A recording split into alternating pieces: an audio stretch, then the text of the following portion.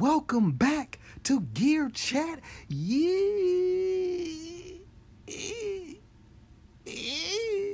Welcome back to Gear Chat University. Ding.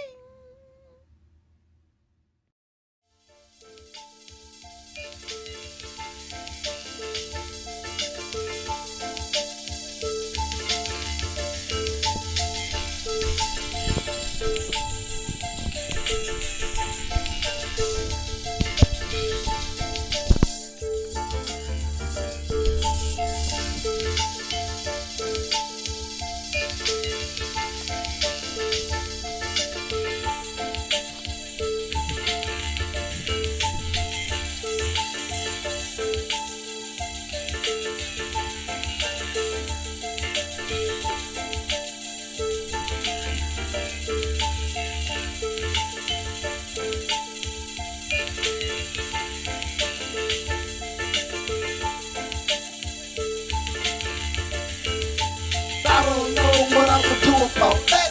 Every week I tune in to Gear Chat. You.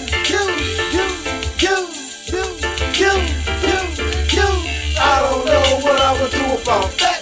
Every week I tune in to Gear Chat. You. Alright, John G. It is I, says me.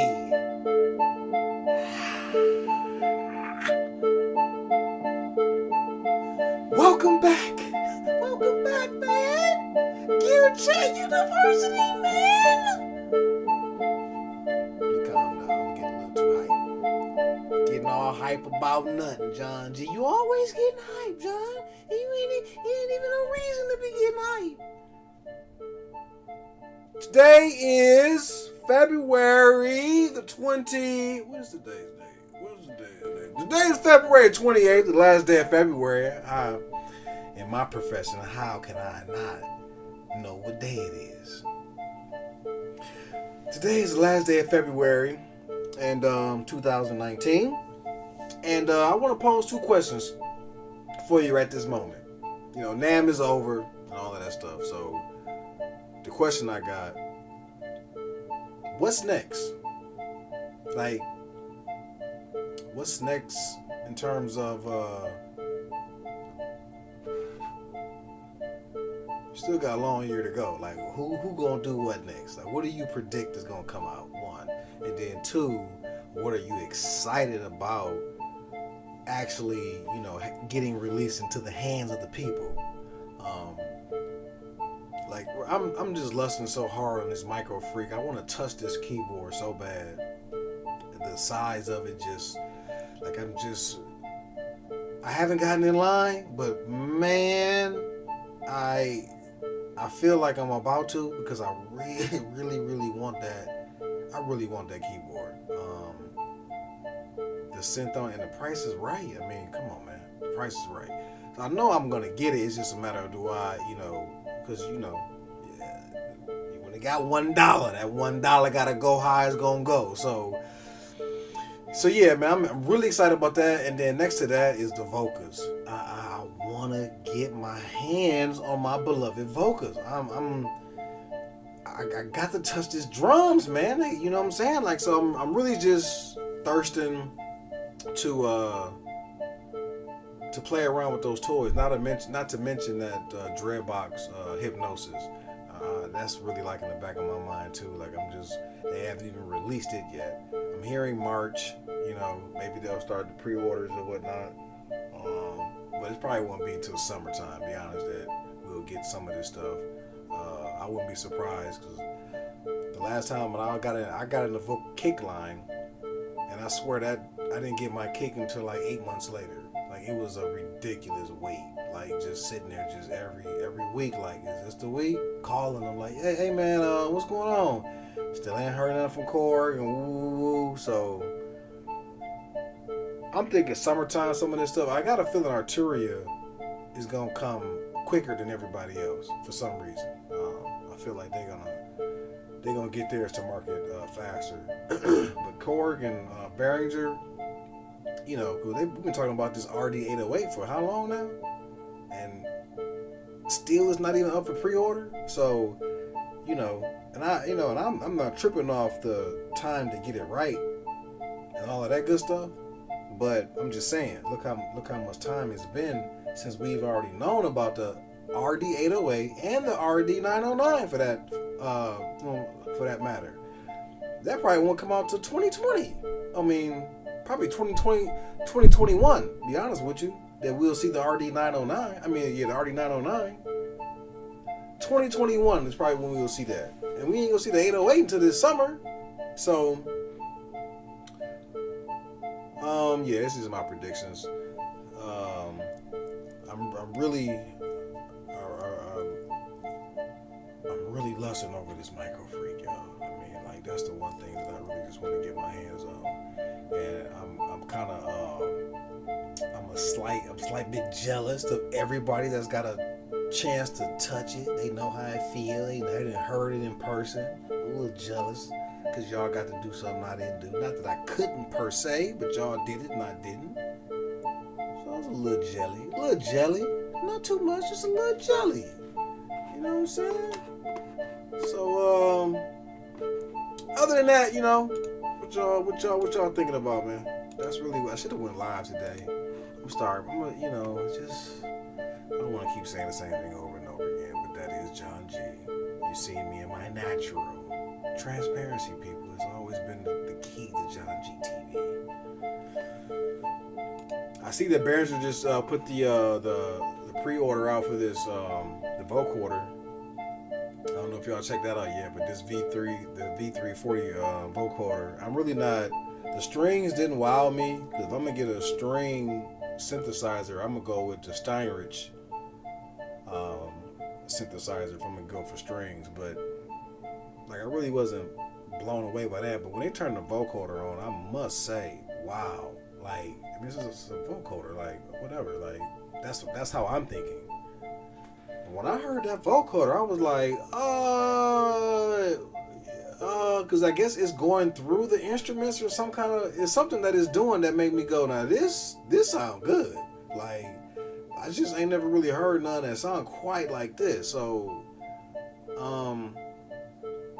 yeah, man, that vocoder sounded amazing. Like, it really did sound like something different. I see this, move. Woo, boy, y'all good. Limited run and all of this, and I guess people didn't take to it like that. I really would have thought more people. I'm surprised this made it to market, quote unquote.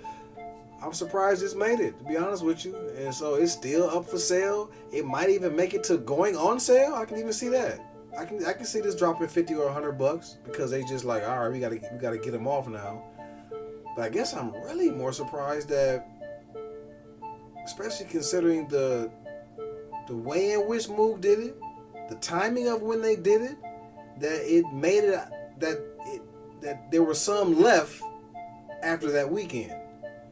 So that was actually kind of surprising to see that they're still in market. Now I don't imagine it'll make it through 2018. So if you had a thought to get one, the clock is ticking, I would imagine. But if they're around 2019, I really would be surprised.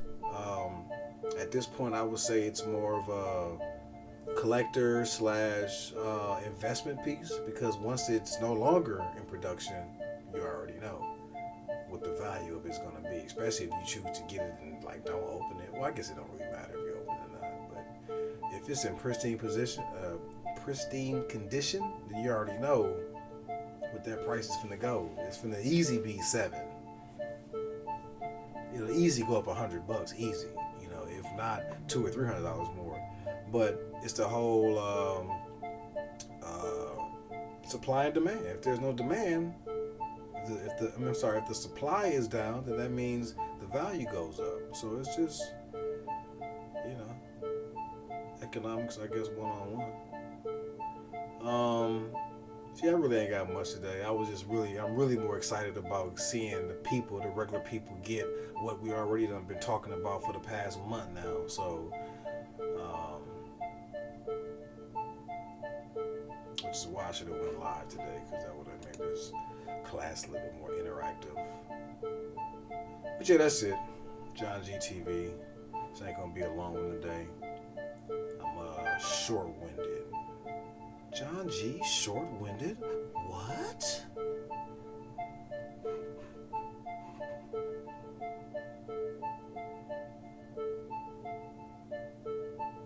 Yeah,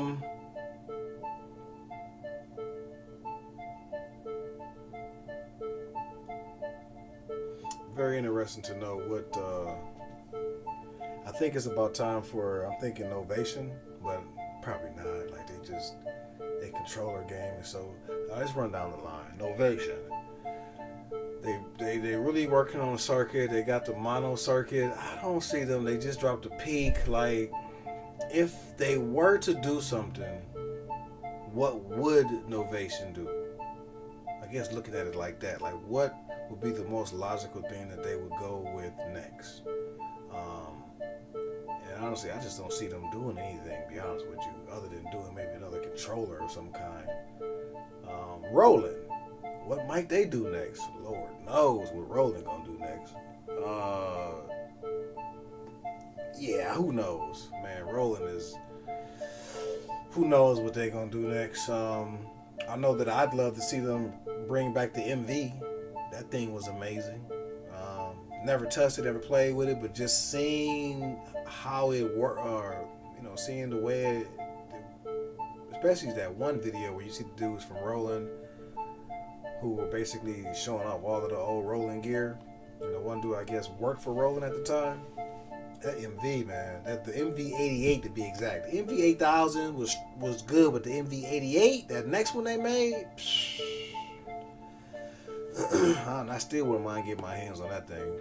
But what Roland, like a groove box, man, that's what I think that's what I would love to see, because that's really my first love, or my first start into music making was groove boxes. And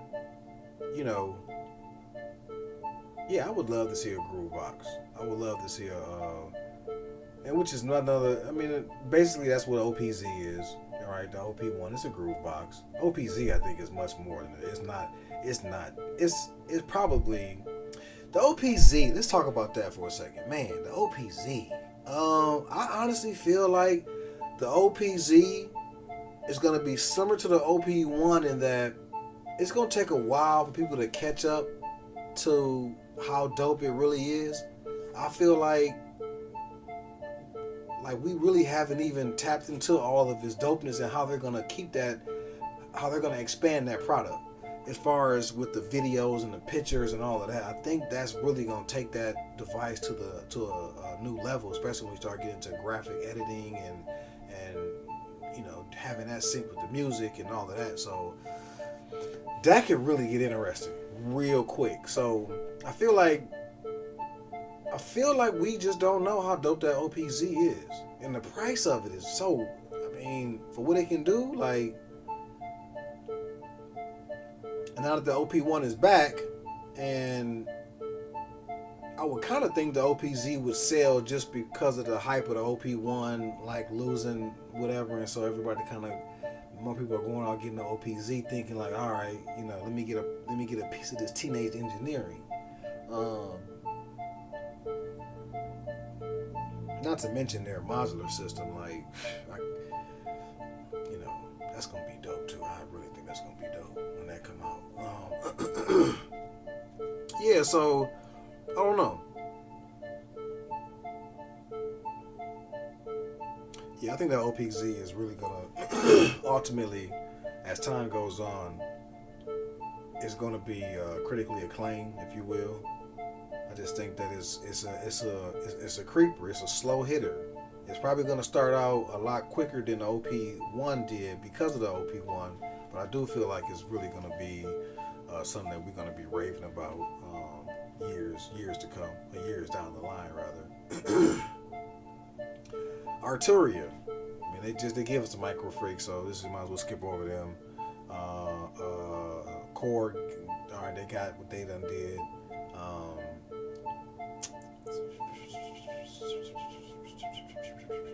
Behringer already got a slew of stuff that's, I mean, they got 1,000 products coming out. We're just waiting to actually see them.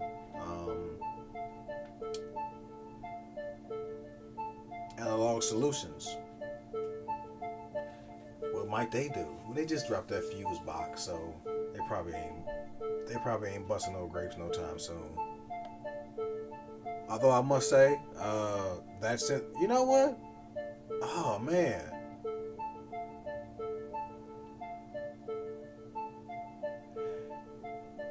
I know who need to be doing something in this DSI. Dave Smith.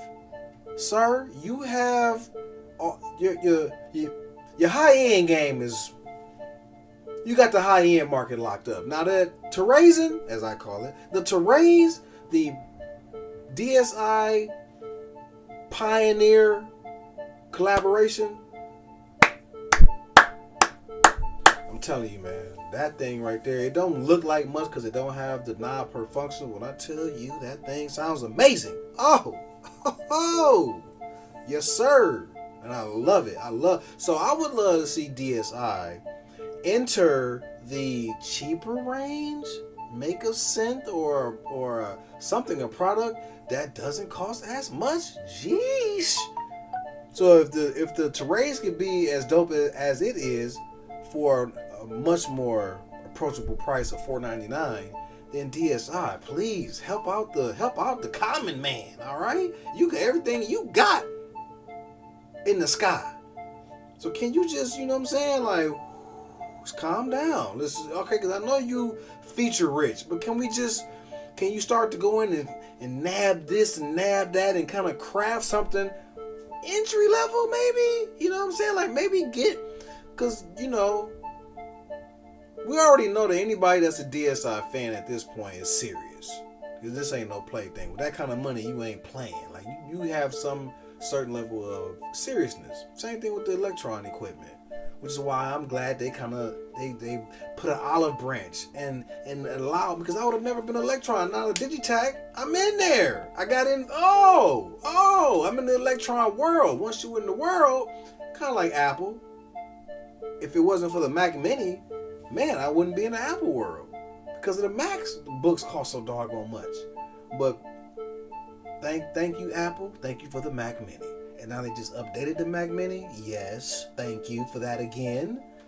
So yeah, man, I mean, DSI, it would be, and I'm just speaking maybe not just for myself, but for us, the people. Please make something that's, I don't want to use the word cheap, but affordable. You know, make something that's DSI. It's your brand, uncompromised, in a different price bracket. That's all. So if that means taking back, you know, because you got 1,000 features, all right, let's just scale a few of these back. Let's just take a nibble and nabble of this and create something DSI, please. Help us. I'm trying to help you. Really trying to help myself too. But if you help me help you, you know what I'm saying? You know how that go. Help me help you. Let me help you so you can help me. Not just me, but us. DSI, please. You know, I mean, I know you had the Textra back in the day. Maybe, you know what I'm saying? How about that? How long has it been, Dave? How long has it been since you made the Textra? How old is the Textra is not in production anymore. You got to get it secondhand now. How about we bring it on back for the common man? Please, one time. Maybe even 2 times. All right, I'm tired of hearing myself talk. John G, you just running your mouth. Well, this is Gear Chat. I mean, I'm chatting to myself. It's what I do on a normal basis. I know I'm crazy. It's John G. That's alright. I'm gonna be alright. How they say, I'm gonna be alright.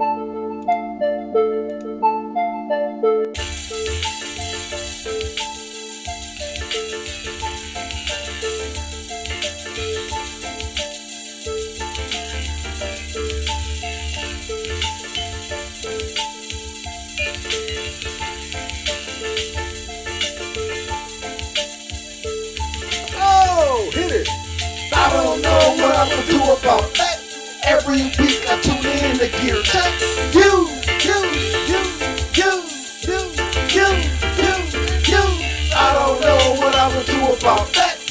every I tune in to Gear Check. You.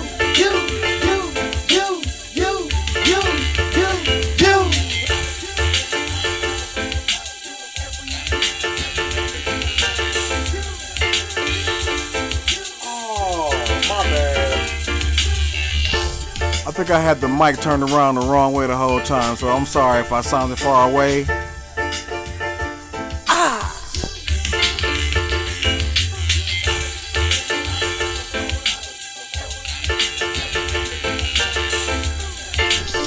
My apologies. This is John G Productions. Rough, raw, and uncut. Cut! Ain't no cut! Roll action!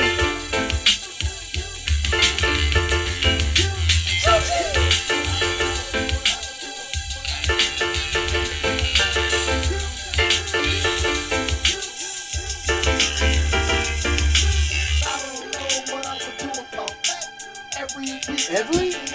You heard me.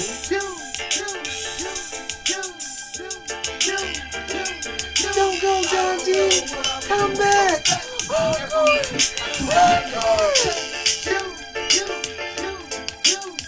No encore. This is John G TV. And you have now witnessed greatness at its finest. Till next week, have fun, make lots of great music, and be safe out there. This is John G reporting live. John G. I'm out of here. Yeah.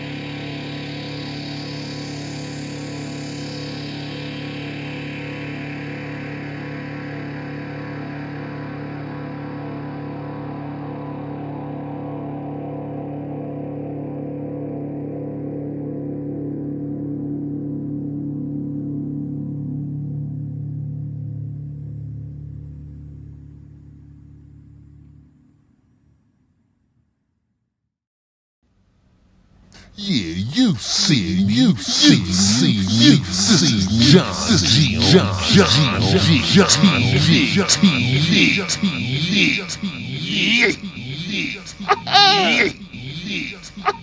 G.